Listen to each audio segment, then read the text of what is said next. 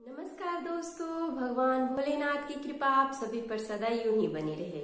दोस्तों, गोवर्धन पूजा, जिसे अन्नकूट के नाम से भी जाना जाता है, इसका हिंदू धर्म में बहुत ही खास महत्व होता है। इसे ब्रज में और भी धूमधाम से मनाया जाता है। इस दिन गोवर्धन पर्वत और गोधन यानी कि गाय के साथ साथ भगवान कृष्ण की पूजा का विधान है। दोस्तों, गोवर्धन पूजा, जिसे हम अन्नकूट भी कहते हैं, इसी दिन यम द्वितीया का त्योहार भी मनाया जाता है। आज के वीडियो में हम यम द्वितीया के महत्व को बताते हुए चित्रगुप्त की कथा के साथ साथ इनकी पूजा विधि भी सुनेंगे।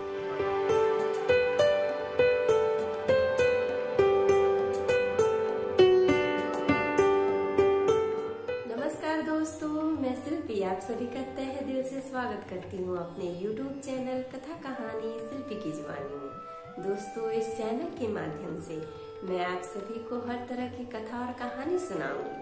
अगर आपको मेरी तरह कथा और कहानी सुनना पसंद है तो प्लीज हमारे चैनल कथा कहानी शिल्पी की जुबानी को सब्सक्राइब कर लीजिए। और हाँ दोस्तों, अगर आपकी भी कोई कथा है, कोई कहानी है, तो प्लीज हमें कमेंट बॉक्स में कमेंट करके जरूर बताइएगा। तो चलिए दोस्तों, बैठे बैठे क्या करें, करना है कुछ काम। सुनते हैं आज के चित्रगुप्त की कथा यम द्वितीया के दिन लेके भगवान विष्णु का नाम। मंत्री श्री धर्मराजस्य चित्रगुप्त शुभम कर पायान माम सर्व पापेभ्य शरणागत वत्सल।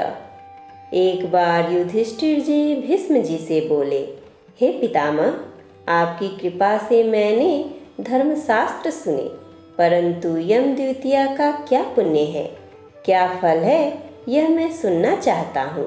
आप कृपा करके मुझे विस्तार पूर्वक कहिए। भीष्म जी बोले, तूने अच्छी बात पूछी, मैं उस उत्तम व्रत को विस्तार पूर्वक बताता हूँ। कार्तिक मास के उजले और चैत्र के अंधेरे की पक्ष जो द्वितीया होती है, वह यम द्वितीया कहलाती है। युधिष्ठिर जी बोले, उस कार्तिक के उजले पक्ष की द्वितीया में किसका पूजन करना चाहिए और चैत्र महीने में यह व्रत कैसे हो, इसमें किसका पूजन करें? भीष्म जी बोले, हे युधिष्ठिर, पुराण संबंधित कथा कहता हूँ। इसमें संशय नहीं कि इस कथा को सुनकर प्राणी सब पापों से छूट जाता है।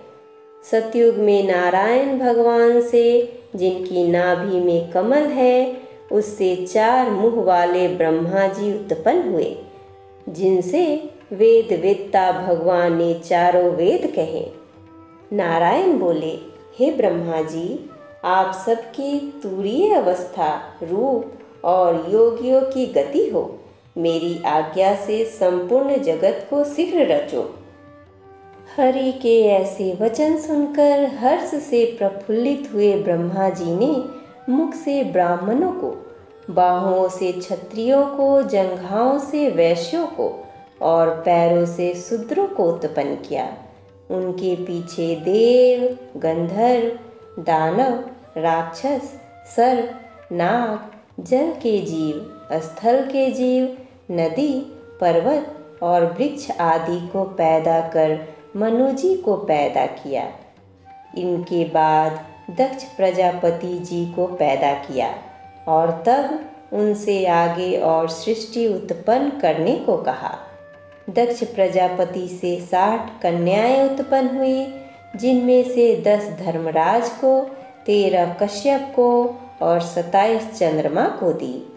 कश्यप जी से देव, दानव, राक्षस, इनके सिवाय और भी गंधर्व, पिशाच, गो और पक्षियों की जातियां पैदा हुई। धर्मराज को धर्म प्रधान जानकर सबके पितामह ब्रह्मा जी ने उन्हें सब लोकों का अधिकार दिया और धर्मराज से कहा कि तुम आलस्य त्याग कर काम करो। जीवों ने जैसे जैसे शुभ व अशुभ कर्म किए हैं, उसी प्रकार न्यायपूर्वक वेद शास्त्र में कही विधि के अनुसार कर्ता को कर्म का फल दो और सदा मेरी आज्ञा का पालन करो। ब्रह्मा जी की आज्ञा सुनकर बुद्धिमान धर्मराज ने हाथ जोड़कर सबके परम पूज्य ब्रह्मा जी को कहा, हे प्रभु, मैं आपका सेवक निवेदन करता हूँ कि सारे जगत के कर्मों का विभाग पूर्वक फल देने की जो आपने मुझे आज्ञा दी है वह एक महान कर्म है। आपकी आज्ञा सिरोधार्य कर मैं यह काम करूँगा जिससे कि कर्ताओं को फल मिलेगा, परंतु पूरी सृष्टि में जीव और उनके देह भी अनंत हैं। देश काल ज्ञात अज्ञात आदि भेदों से कर्म भी अनंत है।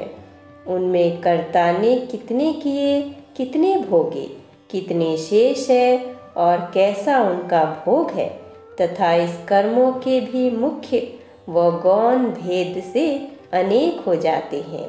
एवं कर्ता ने कैसे किया, स्वयं किया या दूसरे की प्रेरणा से किया, आदि कर्म चक्र महागहन है। अतः मैं अकेला किस प्रकार इस भार को उठा सकूंगा। इसीलिए मुझे कोई ऐसा सहायक दीजिए जो धार्मिक, न्यायी, बुद्धिमानी, शीघ्रकारी, लेख कर्मे विज्ञ, चमत्कारी, तपस्वी, ब्रह्मनिष्ठ और वेद शास्त्र का ज्ञाता हो।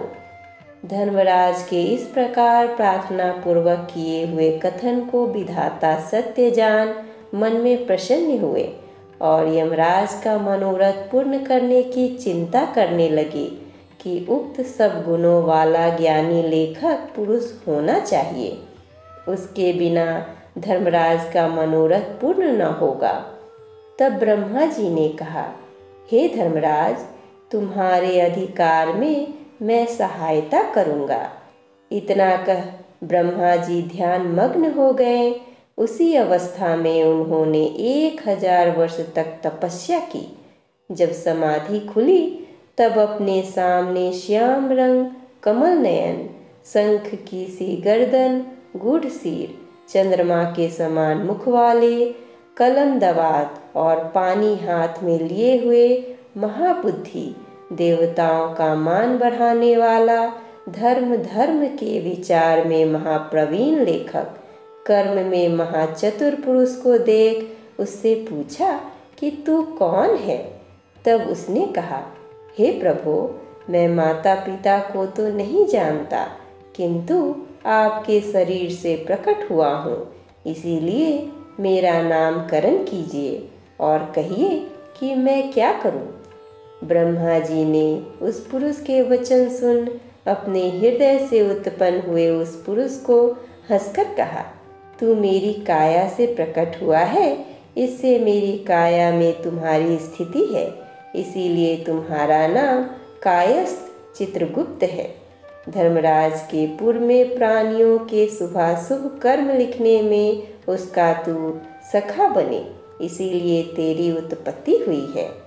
श्री चित्रगुप्त जी महाराज की आरती हुई। ब्रह्मा जी ने चित्रगुप्त से यह कहकर धर्मराज से कहा, हे धर्मराज, यह उत्तम लेखक तुमको मैंने दिया है, जो संसार में सब कर्म सूत्र की मर्यादा पालने के लिए है। इतना कहकर ब्रह्मा जी अंतर ध्यान हो गए। फिर वह पुरुष चित्रगुप्त कोटि नगर को जाकर चंड प्रचंड ज्वालामुखी काली जी के पूजन में लग गया। उपवास कर उनसे भक्ति के साथ चंडिका जी की भावना मन में की। उसने उत्तमता से चित्त लगाकर ज्वालामुखी देवी का जप और श्रोतों से भजन पूजन और उपासना इस प्रकार की, हे जगत को धारण करने वाली, तुमको नमस्कार है महादेवी, तुमको नमस्कार है। स्वर्ग, मृत्यु, पाताल आदि लोक लोकांतरों को रोशनी देने वाली, तुमको नमस्कार है। संध्या और रात्रि रूप भगवती, तुमको नमस्कार है। श्वेत वस्त्र धारण करने वाली सरस्वती, तुमको नमस्कार है। सत रज तमो गुण रूप देवगणों को कांति देने वाली देवी, हिमाचल पर्वत पर स्थापित आदि शक्ति चंडी देवी तुमको नमस्कार है। उत्तम और न्यून गुणों से रहित वेद की प्रवृत्ति करने वाली 33 कोटि देवताओं को प्रकट करने वाली त्रिगुण रूप निर्गुण गुण रहित गुणों से परे गुणों को देने वाली 3 नेत्रों वाली 3 प्रकार की मूर्ति वाली साधकों को वर देने वाली दैत्यों का नाश करने वाली इंद्रादि देवों को राज्य देने वाली श्री हरि से पूजित देवी हे चंडिका, आप इंद्रादि देवों को जैसे वरदान देती हैं वैसे ही मुझको वरदान दीजिए। मैंने लोकों के अधिकार के लिए आपकी स्तुति की है, इसमें संशय नहीं है। ऐसी स्तुति को सुन देवी ने चित्रगुप्त जी को वर दिया। देवी जी बोली, हे चित्रगुप्त, तूने मेरा आराधना पूजन किया, इससे मैंने आज तुमको वर दिया कि तू परोपकार में कुशल, अपने अधिकार में सदा स्थिर और असंख्य वर्षों की आयु वाला होगा। यह वर देकर दुर्गा देवी जी अंतर्ध्यान हो गई। उसके बाद चित्रगुप्त धर्मराज के साथ उनके स्थान पर गए और वे आराधना करने योग्य अपने आसन पर स्थित हुए। उसी समय ऋषियों में उत्तम ऋषि सुशर्मा, जिसको संतान की चाहना थी, उन्होंने ब्रह्मा जी की आराधना किया। तब ब्रह्मा जी ने प्रसन्नता से उसकी इरावती नाम की कन्या को पाकर चित्रगुप्त के साथ उसका विवाह किया। उस कन्या से चित्रगुप्त के 8 पुत्र उत्पन्न हुए, जिनके नाम ये हैं: चारु, सुचारु, चित्र, मतिमान, हिमवान, चित्रचारु, अरुण और 8वां अतीन्द्रिय। दूसरी जो मनु की कन्या दक्षिणा चित्रगुप्त से विवाही गई, उसके 4 पुत्र हुए। उनके भी नाम सुनो: भानु, विभानु, विश्वभानु और वीर्यवान। चित्रगुप्त के ये 12 पुत्र विख्यात हुए और पृथ्वी तल पर विचरे। उनमें से चारु मथुरा राज्य को गए और वहां रहने से मथुरा हुई। हे राजन, सुचारु गौड़ बंगाले को गए, इससे वे गौड़ हुए। चित्रभट नदी के पास के नगर को गए, इससे वे भटनागर कहलाए। श्रीवास नगर में भानु बसे, इससे वे श्रीवास्तव्य कहलाए।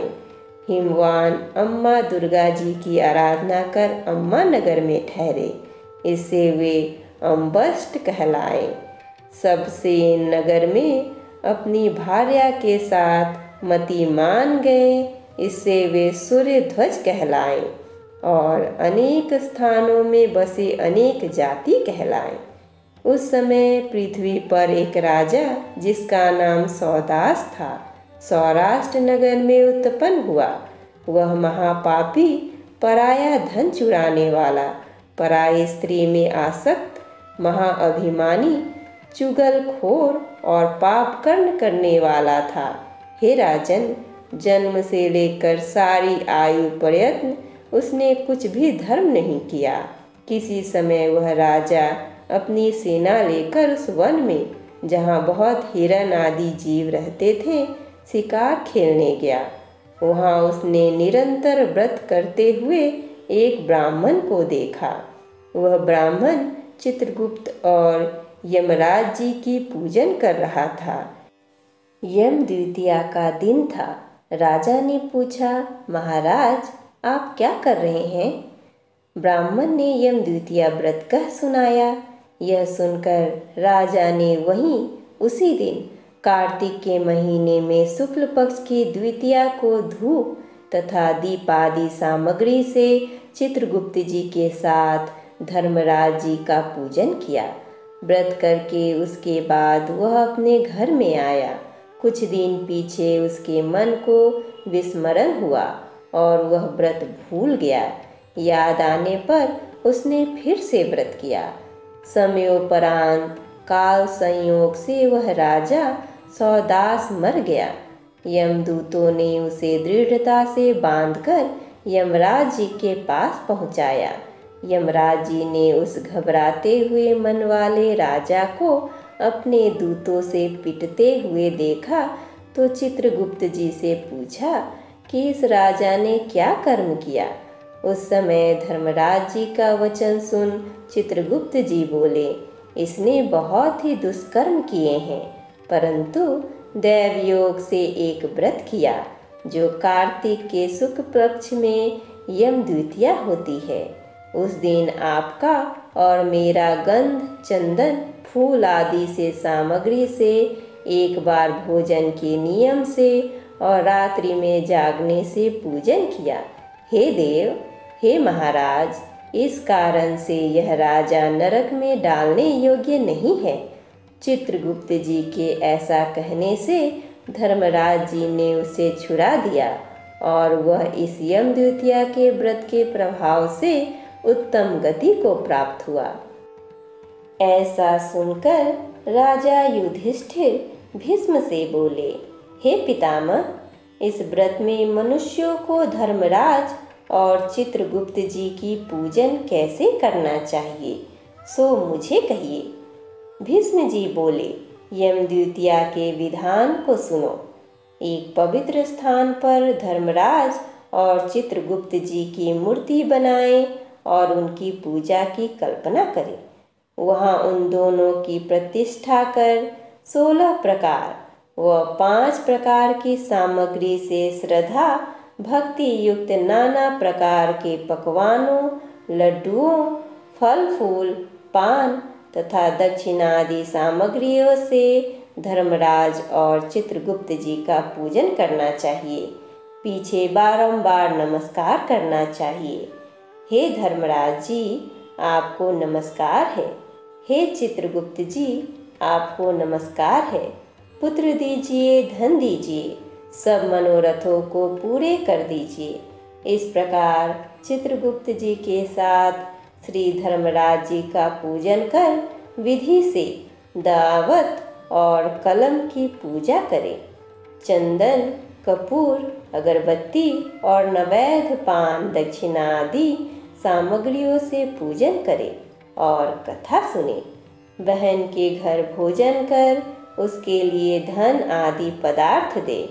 इस प्रकार भक्ति के साथ यम द्वितीया का व्रत करने वाला पुत्रों से युक्त होता है और मनोवांछित फलों को पाता है।